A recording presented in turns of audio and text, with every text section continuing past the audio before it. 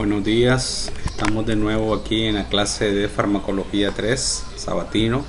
Espero que hayan tenido una buena semana, espero que estén bien de salud también, unión de su familia. Ahora nos toca continuar con lo que es Farmacología Clínica General. Vamos a abordar un tema importante sobre el Formulario Nacional de Medicamentos. En este caso se llama lista básica de medicamentos, ¿verdad? Lista complementaria, según las estructuras de cada país y su sistema de salud. Para esto pues tenemos que evaluar las implicaciones sanitarias, económicas, sociológicas o antropológicas relacionadas con el consumo de medicamentos de cada país, de cada continente, de cada localidad, de cada comunidad al final. También aplicar los conocimientos clínicos y la metodología científica que permite evaluar los efectos beneficiosos y perjudiciales de los medicamentos esenciales, integrándolos en la toma de decisiones terapéuticas. Aquí tenemos pues la agenda virtual número 3, donde se puede revisar, donde las orientaciones pues se mantienen igual en cuanto al trabajo de las clases virtuales, ¿verdad?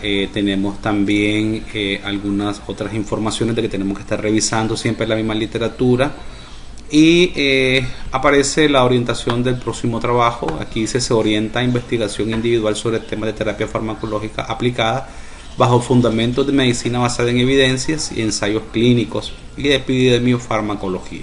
Este es el segundo acumulado de 15 puntos. De hecho, son dos temas en un solo documento que lo van a desarrollar en Word, utilizando los parámetros de las normas APA, haciendo muy bien su carátula. Han habido problemas porque están usando un logotipo desfasado de la universidad. El logotipo nuevo tienen que usar de manera ordenada. También hay que poner lo que es la carátula, ¿verdad? La universidad, la carrera, el tema, el estudiante, el docente y por último la fecha en un orden centrado. Después los objetivos. Es importante que para cada trabajo se planteen objetivos que persiguen con su trabajo, y al final pues la bibliografía. Este trabajo es individual y de hecho también tiene un corte analítico que puede usted hacer unas conclusiones personales de la valoración de su trabajo. Bueno, en cuanto a esto pues vamos a ver un poco sobre lo que es listado de medicamentos esenciales. Y pues en esto se dice que son medicamentos esenciales. Se dice que son aquellos que satisfacen las necesidades prioritarias de la salud de la población y deben por lo tanto estar disponibles en forma permanente en los sistemas de salud a un precio que los pacientes y las comunidades puedan pagar. Este concepto se puede aplicar en cualquier país, sea en el sector público o privado, y en los diferentes niveles de sistema de atención en salud. La selección de los medicamentos que se consideran esenciales es una tarea que debe ser asumida por cada país. Y la lista modelo de medicamentos esenciales de la OMS, actualizada periódicamente, ha servido de referencia para la elaboración de las listas nacionales. Esto nos hace ver de que cada país tiene una epidemiología un tanto diferente, sobre todo cuando varía de un país de Europa, un país de América, un país asiático, pues la prevalencia e incidencia de enfermedades son tanto distintas, diferentes, por tanto la lista de medicamentos puede variar de un lugar a otro. Hay unos genéricos que van a ser universales, les puedo mencionar el paracetamol, algunos antialérgicos pueden ser universales como la difenidramina, los antimaláricos a nivel latinoamericano y algunos lugares, ¿verdad?, donde también puede haber prevalencia e incidencia de enfermedades por protozoos, en este caso malaria, y entre otros. Pero también hay enfermedades endémicas, epidémicas también, donde la lista de medicamentos pues tiene que ser fortalecida en función de este control sanitario de cada país. Ahora, el sector público, al menos en nuestra nación, pues medicamento es gratuito. También hay sectores semiprivados, privados, las farmacias públicas, las farmacias privadas, donde pues lo elemental que hace común a todos estos servicios de salud es mantener un medicamento básico, una lista básica de medicamentos genéricos sobre todo, que nos permita manejar la posología para la terapéutica de diferentes enfermedades. Según la Organización Mundial de la Salud, en la actualidad, pues hasta el 2014 para acá, más de 150 países han adoptado listas de medicamentos esenciales. No obstante, tanto la disponibilidad como la asequibilidad de los medicamentos son aún limitados, es decir, nunca se cubre la totalidad, pues hay medicamentos que no los cubre la lista básica y hay que buscarlos por otra línea. En contraste también a la falta de acceso a los medicamentos esenciales por parte de grandes sectores de la población de países en desarrollo. Existen en el mercado internacional muchos productos farmacéuticos de valor terapéutico nulo o incierto, e incluso algunos riesgosos para la salud humana. Hay medicamentos que son de venta libre, otros medicamentos de uso controlado, otros medicamentos que son bajo prescripción, pero que de alguna forma han salido al mercado libre, y ahorita pues lo podemos ver con este proceso de pandemia que vivimos a nivel nacional y mundial, donde la automedicación es el pan de cada día, y esto pues trae graves consecuencias también, porque hay medicamentos que deben ser prescritos por un médico, dosificados y vigilados. Sin embargo, pues muchas personas están teniendo consecuencias severas e intoxicaciones. Se ha estimado que alrededor del 70% de los productos farmacéuticos del mercado mundial son de carácter duplicativo, no esencial, y representan solo variaciones menores de un fármaco original. Esto tiene que ver con el mercado mucho, con las industrias farmacéuticas, los laboratorios que sacan ofertas, y que la variabilidad de precios pues va en dependencia si es un genérico o un medicamento ético, y los laboratorios pues su manufactura también cuenta para el costo de ellos. Los objetivos de la OMS en el ámbito de los medicamentos incorporados en su estrategia farmacéutica son que toda la población tenga acceso a los medicamentos esenciales que necesita, que los medicamentos sean seguros, efectivos y de buena calidad, y que ellos sean prescritos y usados racionalmente, que esto pues ya lo mirábamos en la clase anterior, uso racional de medicamentos. Entonces desde 2007 pues hay ciertas explicaciones sobre lo que es la lista básica. Conta pues de mínimos medicamentos necesarios para un sistema básico de atención, e incluye los medicamentos más eficaces, seguros y costo eficientes para el trastorno prioritario. La lista complementaria, por su parte, contiene medicamentos esenciales para las enfermedades prioritarias que requieren medios especializados de diagnóstico o de vigilancia, asistencia médica por parte de un especialista o formación especializada. En caso de duda, también se pueden incluir en la lista complementaria medicamentos que tengan un costo sistemáticamente más elevado o un costo de eficacia menos atractiva en diversos costos. Ambas listas son importantes porque nos ayudan a combatir las enfermedades crónicas o enfermedades también que requieren un seguimiento y también una vigilancia, como en el caso de las terapias oncológicas, en el caso de terapias crónicas metabólicas, endocrinológicas, donde el seguimiento es más específico. Entonces, ¿cuál es la lógica de construcción de una lista o de un formulario? En principio vamos al alineamiento elemental o básico, que es la Organización Mundial de la Salud, que saca su lista mundial. Después cada Ministerio de Salud saca el listado esencial, y de este listado esencial el Formulario Nacional de Medicamentos, que por cierto se los voy a presentar, yo lo tengo aquí en plataforma para que ustedes puedan observarlo y revisarlo. Pues tenemos esta utilidad. ¿Por qué va a ser importante? Bueno, la 7ª edición del Formulario Nacional de Medicamentos ha incorporado los principios del uso apropiado de los medicamentos y la medicina basada en evidencia en su metodología de revisión. Está diseñado como una guía de referencia más ágil para encontrar información sobre las pautas de uso adecuado de cada medicamento seleccionado como esencial para el país. Además, que permite identificar la calidad de la evidencia en la que sustenta cada sugerencia para uso de medicamentos incluidos. Bueno, aquí se habla de la 6ª edición, yo tengo ya la 7ª edición y probablemente ya esté trabajando en algo más actualizado de medicamentos para la atención de enfermedades en nuestro país. Aquí tenemos pues grupos farmacoterápicos de la Formulario Nacional de Nicaragua, por ejemplo los antimicrobianos, tenemos aminoglucosia, antihelminiásicos, antimicóticos, antipalúdicos, antirretrovirales, antisépticos urinarios, antitoxoplasmosis, antituberculosos. Después tenemos la cefalosporina, los macrólidos, las penicilinas, la sulfonamida, las tetra y clorfenicol, la tripanocida. Estos son parte de los antimicrobianos. En gastroenterología también vamos a tener una gran lista de medicamentos también interesantes, que también pueden ser los inhibidores de bomba de protones, antiácidos, medicamentos también que sirven para la hidratación. En neumonía y alergia, todos los antitusivos, los broncoexpectorantes, los broncodilatadores, entre otros también los inhibidores H1 en alergia. A nivel cardiovascular, pues toda la familia que se utilizan en las enfermedades hipertensivas, como los diuréticos, los beta bloqueantes, los bloqueadores de canales de calcio, los ARA2, los IECA, entre otros, ¿verdad?, que se utilizan también a nivel cardiovascular. En hematología vamos a tener medicamentos que son para tratar enfermedades de la sangre meramente, ¿verdad?, medicamentos para anemia, medicamentos para trastornos de la coagulación, medicamentos oncológicos, entre otros. Líquido electrolito, todo lo que es parenteral y oral, nefrología y urología con sus especialidades, y la neurología. Aquí tenemos de nuevo, ¿verdad?, continuación de las especialidades: psiquiatría, gineco, otorrino, oftalmología, dermato, nutrición, analgésico, antiinflamatorio, endocrinología, antídotos. Y aquí tenemos pues un modelo de contenidos revisados para cada medicamento, donde se habla de la característica, que es el nombre del medicamento, su contenido genérico y la observación que se hace de manera general. Para darles un ejemplo, por ejemplo, aquí tenemos presentación, forma farmacéutica y potencial del fármaco, indicadores, indicaciones, tenemos el nombre del medicamento.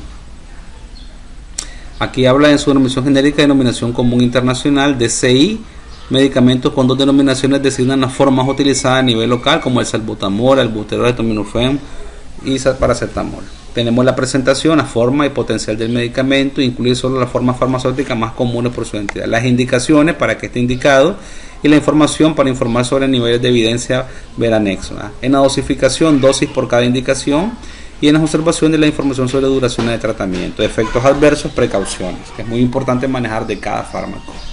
Después tenemos algunas características como el uso en embarazo y lactancia y los niveles de uso. Después el costo y la bibliografía elemental donde podemos encontrar el medicamento. Bien, esto es los puntos principales que nos interesa saber sobre la lista básica de medicamentos. Como les digo, ahora lo que nos queda es tratar de relacionarnos con la lista nicaragüense. Les voy a mostrar acá. Tenemos acá el formulario. Como podemos observar, FNM, y tenemos la séptima edición 2014. Vamos a ampliarla un poco acá y pues vamos a tratar de hojear un poquito en ella. Aquí tenemos la presentación, Formulario Nacional de Medicamentos 2014. También hay impresos, ¿verdad? Vamos a tener las ediciones que hay. Aquí tenemos la lista de ediciones. Y esto nos ayuda a nosotros a tratar de mantenernos informados y actualizados en relación a ello. Tenemos en el índice las abreviaturas, tenemos también una redacción de buenas prácticas de prescripción, que cada uno debe analizar ese tema y verlo en la clase anterior, el uso de medicamentos en grupos especiales. Todos estos temas son muy importantes porque nos orientan, ¿verdad?, el uso. Tenemos el capítulo 1, todos los antiinfecciosos que utilizamos. Tenemos acá la lista continúa, ¿verdad? Antituberculosos, antiprotozoarios, antimaláricos, antileishmaniásicos, antivirales. En el capítulo 2 tenemos lo que es gastroenterología para tratamientos de dispepsia, reflujo gastroesofágico, medicamentos en diarrea, los sales, sulfato de zinc, la loperamida, la lactulosa. Después tenemos los laxantes, aceite mineral, enema de fosfato y fosfato sódico, medicamentos en náuseas y vómitos. Pues tenemos a disponibilidad de metoclopramida, diminuto y la ondansetron. En neumología y alergias, medicamentos para la tos, para el asma, para el EPOC, broncodilatadores, bromuro de hipertrofia, salbutamol o el albuterol. Tenemos las santinas como aminofilina y teofilina. Después tenemos los corticoides inhalados, beclometasona, antialérgicos y medicamentos usados en anafilaxia. Los antihistamínicos como el clorfeniramina, difeniramina, loratadina. Después tenemos, como les explicaba antes, lo que es la línea cardiovascular. Tenemos la estimación de riesgo cardiovascular, pues comenzamos utilizando los hipolipemiantes como la simvastatina y el gemfibrosilo, uno para colesterol, otro para triglicéridos. Después tenemos los antihipertensivos en su familia, diuréticos, IECA, antagonistas de angiotensina 2, los de receptores, los bloqueadores de canales de calcio, ¿verdad? Aquí tenemos el atenolol, este es un beta bloqueante. Tenemos acá insuficiencia cardíaca, tenemos los beta bloqueadores como el bisoprolol, el carvedilol, los glucósidos cardíacos como la digoxina, diuréticos, furosemida, espironolactona. En los antiarrítmicos, amiodarona, verapamilo. Tenemos las aminas, la adrenalina, efedrina para problemas de hipotensión o bradicardia, ¿verdad? Los antianginosos, dinitrato de sorbida, nitroglicerina para dolores cardiovasculares, antitrombóticos, aspirina y el clopidogrel, ¿verdad?, para problemas de antitrombos. Después tenemos capítulo 5, los hematología, antiemético, ácido fólico, hierro, una coagulación, heparina, warfarina, los hemostáticos como la vitamidiona, la vitamina K1, la protamina, las fracciones del plasma para la hemofilia, concentrado de factor 8 y factor 9. Después tenemos en capítulo 6 electrolitos y sustitutos de plasma, soluciones electrolíticas, dextrosa, cloruro de sodio, solución Harman. Después tenemos cloruro de potasio, cloruro de bicarbonato sódico, sustituto de plasma de Trans 70 en este caso. Capítulo 7 tenemos urología, doxazocina, mesilato, oxibutinina, clorhidrato. En el capítulo 8 tenemos anticonvulsivantes, antiepilépticos. Tenemos acá clonazepam, diazepam, fenitoína, fenoxapazolam, lorazepam. Antimigrañosos tenemos, ahí se menciona el propranolol, ¿verdad?, como parte del cóctel que se usa para tratamientos de migraña, no porque también se usan otro tipo de fármacos. Tenemos los antihipertensorianos como el biperideno, levodopa más carbidopa, tirexilfenidilo, clorhidrato. Tenemos también acá en la parte psiquiátrica los ansiolíticos e hipnóticos, antipsicóticos y una lista de los antidepresivos también, medicamentos usados en trastornos bipolares, carbonato de litio. En ginecología y obstetricia tenemos los anticonceptivos combinados, mensuales, trimestrales, de emergencia. En los problemas hipertensivos del embarazo, natoxemia, alfametildop, hidralazina, labetalol. En los uterotónicos, ergometrina, misoprostol, oxitocina, osteocolítico, nifedipina y ritodrina. Después tenemos la especialidad de otorrinos, ¿verdad?, los beclometazones spray, la cipro, floxacina oftálmica, cloruro de sodio paranasal, clotrimazol, dexametasona. En oftalmológico, ciprofloxacina, clonalfenicol, genta, moxi, todos estos son antibióticos combinados con corticoides. Acetazolamida, autoglacomatosos, ¿verdad?, la acetazolamida, que es un diurético. Otros, cloruro de sodio, nafasolina, descongestionante. Después tenemos lo que es la parte dermatológica, antimicóticos tópicos, clotrimazol, nistatina, antimicrobianos tópicos, para el acné, clindamicina, eritromicina, peróxido de benzoilo, triptanoína, antiseborreico secante, ácido salicílico más azufre, alquitrán de hulla. Tenemos el piritionato de zinc, medicamentos para escabiasis, ivermectina, permetrina. Tenemos también usados en la úlcera de miembro inferior, tenemos bota de una, ketanserina, medicamentos para la verruga y callosidad de ácido salicílico, ácido tricloracético, podofilina. Para el eczema, ¿verdad?, y corticoides tópicos, hidrocortisona, betametasona, mometasona, clobetasol, pasta al agua. Tenemos en nutrición, multivitaminas, minerales del complejo B, en hipocalcemia, calcio, gluconato, calcitriol, que es la vitamina D3. Y el capítulo 15, pues lo que es analgésicos antipiréticos, los no opiáceos, como el paracetamol, acetaminofén, los no esteroideos, diclofenac, dipirón y ibuprofén, la codeína y morfina como medicamentos analgésicos opiáceos. Medicamentos para la gota, lopurinol. Tenemos betametasona, dexametasona en endocrinología, hidrocortisona, metilprednisolona, triancinolona, acetonida. Para la diabetes, insulina cristalina, la isofana NPH, la glibenclamida, metformina como tratamientos orales, ¿verdad?, las hormonas tiroides y medicamentos, levotirosina, metimazol, que es el tiamazol. Los antídotos, el carbón activado, flumacenil, naloxona, pralidoxima. Antídotos en mordedura de serpiente, suero antiofídico, antiofídico anticoral, anestesiología, atropina, ketamina, ketorolac, lidocaína, midazolam. Y las vacunas que usa el ministerio, ¿verdad?, contra el VPH, la antirrábica, antineumococo 23, hepatitis B, influenza, DT. Después tenemos por orden de referencia algunas abreviaturas que se utilizan en el documento, las siglas, ¿verdad? Es muy interesante manejar el formulario y estar actualizado, lo que la lista básica nos pueda facilitar. Ahí tenemos la presentación del documento, la importancia que pueda tener para la aplicación de este formulario, ¿verdad? Y más para acá creo que ya comienza lo que es el desarrollo. Esto es interesante, notificación de reacciones adversas a medicamentos y otros, ¿verdad? Porque es importante reportar reacciones adversas a medicamentos. Grado de recomendación según tipos de estudio, ¿verdad? Medicamento A, medicamento B, medicamento C. Grado de recomendación de un fármaco.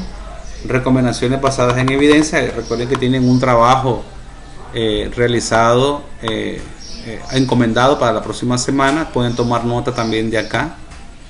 Aquí tenemos lo que es el tema que ya lo tocamos anteriormente, que son las buenas prácticas de prescripción, lo que es adherencia al tratamiento. Toda esta información es muy importante revisarla, leerla, porque nos sirve de base en nuestra formación, ¿verdad? Aquí tenemos criterios para tener medicamentos más apropiados, medicamento P, tal vez lo recuerdan que ya lo revisamos, seleccionar el medicamento, definir el tratamiento objetivo, ¿verdad? Aquí tenemos el inicio de este tema, buenas prácticas de prescripción médica. Esto ya lo revisamos, pero aquí también está detallado.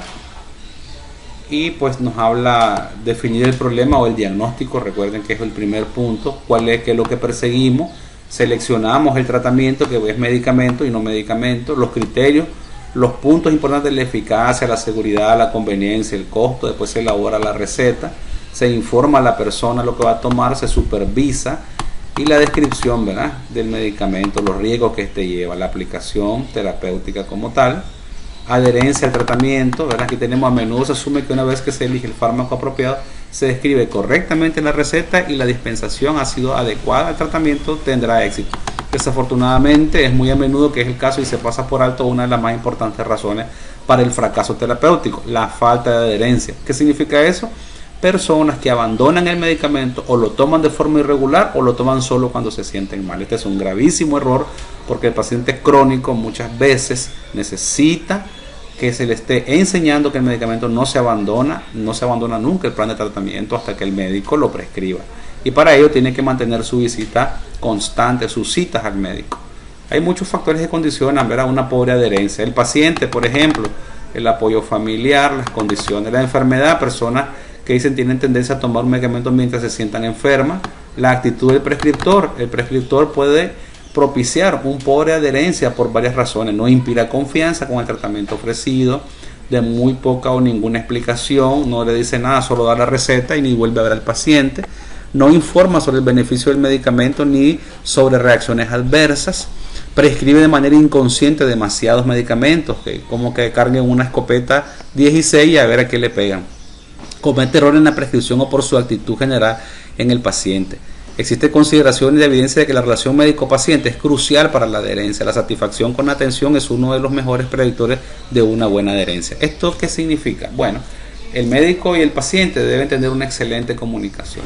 El médico debe demostrar su dominio, su humanidad, su humildad para prescribir el fármaco, y que el paciente tenga la plena confianza de que ese medicamento es para su bienestar. Mientras el paciente no sepa y se vaya con incertidumbre, es muy difícil que haya adherencia.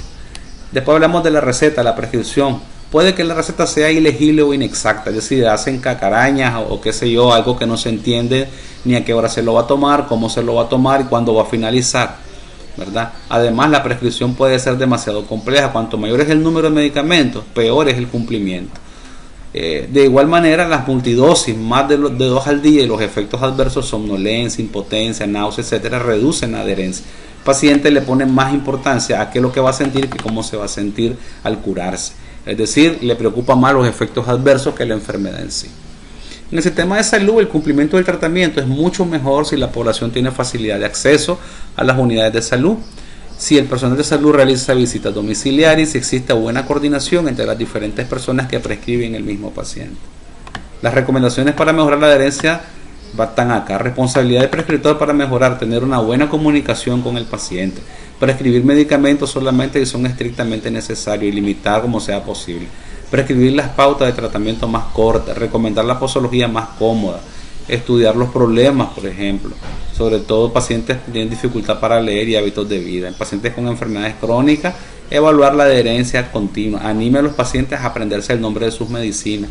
En personas que ya están tomando varios medicamentos, evaluar la posibilidad de reducir el número de los mismos de prescripción.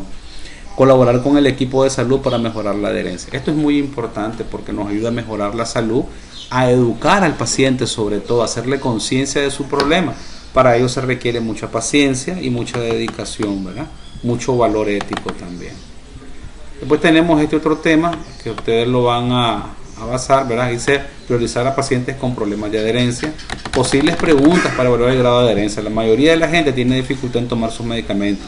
Se le pregunta, ¿tiene dificultad para tomarlo? ¿Se olvida alguna vez de tomarlo? ¿En qué momento del día toma sus medicamentos?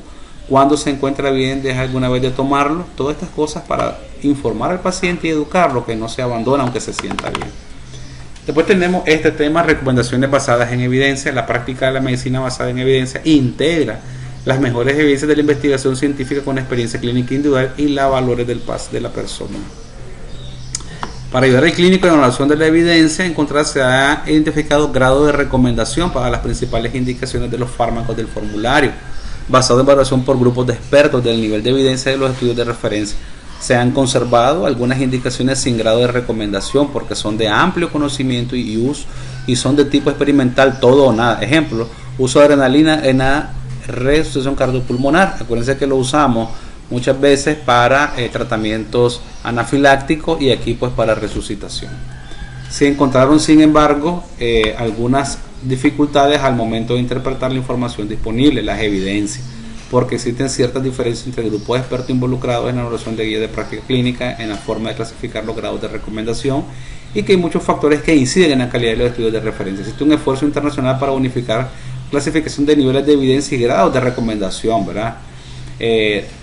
El cual hará más fácil en el futuro la interpretación de la evidencia para guiar la práctica médica. Esta edición, por ejemplo, clasifica la información en 3 niveles. Aquí tenemos grados de recomendación para la EBM o enfermedad basada en evidencia, tratamiento basado en evidencia, evidencia de buena calidad, dice clara evidencia de ensayos clínicos controlados, bien realizados y con buen poder adecuado, convincente evidencia no experimental, es decir, todo o nada, evidencia proveniente de estudios de coherente bien diseñado. Después tenemos clase B, evidencia de estudio de caso de control bien diseñado, proveniente de estudios pobremente controlado o no controlado, y C, consenso de expertos de experiencia clínica, todavía está en consenso.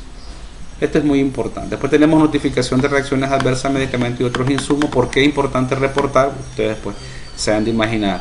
Notificaciones de reacciones adversas es la principal fuente de información en farmacovigilancia. Todos los medicamentos tienen efectos adversos. No hay uno que no tenga efectos. Para ello que se requiere farmacovigilancia. Es una responsabilidad. Hay pacientes que le hacen, como les decía, más caso a la reacción adversa que a la mejoría que va a tener. Hay que explicarles, sobre todo cuando toman muchos medicamentos. ¿Qué se reporta? La farmacovigilancia contempla de sospechas de reacciones. Como les decía, la farmacovigilancia contempla el reporte de sospechas de reacciones a medicamentos de prescripción o de venta libre, productos herbarios complementarios, vacunas, suplementos alimenticios y dispositivos médicos. Si existe alguna duda sobre si ha ocurrido o no una reacción adversa, siempre es mejor realizar la notificación y el personal del CURIM o del SILAG u hospital conjuntamente con el nivel central se encarga de esclarecer la relación causa-efecto del evento reportado. Sin embargo, existen circunstancias en las cuales es importante sospechar y reportar las reacciones adversas. Reacciones adversas a reportar: todas las reacciones de nuevo medicamento menos de 5 años de estar en el mercado nicaragüense, incluyendo reacciones menores. Toda sospecha de reacción adversa grave, ¿verdad? Aumento de la frecuencia de cualquier reacción adversa ya conocida, toda sospechada de reacción adversa, reacciones en niños, asociadas a retiro de medicamentos, por abstinencia, por sobredoficación y error de medicación, sospecha de falta de eficacia. Ahí tenemos clasificación de las reacciones: letal o fatal, grave, moderada, leve, con cada una de sus características. Está muy bonito esto para que ustedes también puedan sacar información en su trabajo que van a presentar. ¿Cuándo y dónde reportar? Ahí tenemos, ¿verdad?, el Ministerio de Salud, entre otras. Uso de medicamentos en grupos especiales. Aquí tenemos uso de medicamentos en embarazadas, categorías de riesgo en embarazo, también hay que incluirlo en su trabajo, ¿verdad? Muy bonito. Estudios adecuados, estudios en reproducción, está en la clase A, B, C, D y X, ¿verdad? Ahí tenemos lactancia, es otro grupo de riesgo, la niñez, los niños, hay que dosificar bien medicamentos. Tenemos también acá en los problemas crónicos como la insuficiencia hepática, hay que mejorar la dosis, acomodar la dosis. Igualmente en los pacientes renales, en los pacientes de tercera edad, se tiene que modificar todo esto. Aquí tenemos ya el detalle por cada uno de los capítulos antes descritos. Bueno, este documento es muy importante que lo revisen, ¿verdad? Séptimo Foro Nacional de Medicamentos. Cerramos acá. Y no me queda más que agradecerles y espero que ustedes revisen con calma esta documentación. Recuerden, tenemos el foro, tenemos la chat, tenemos todo es por plataforma, tenemos también la asistencia. Es importante que vamos revisando y marcando la asistencia. Yo tengo que revisar eso porque también no tomo en cuenta su participación durante estos foros. Y bueno, no se olviden de revisar la agenda virtual de trabajo. Muchas gracias, que tengan un excelente día.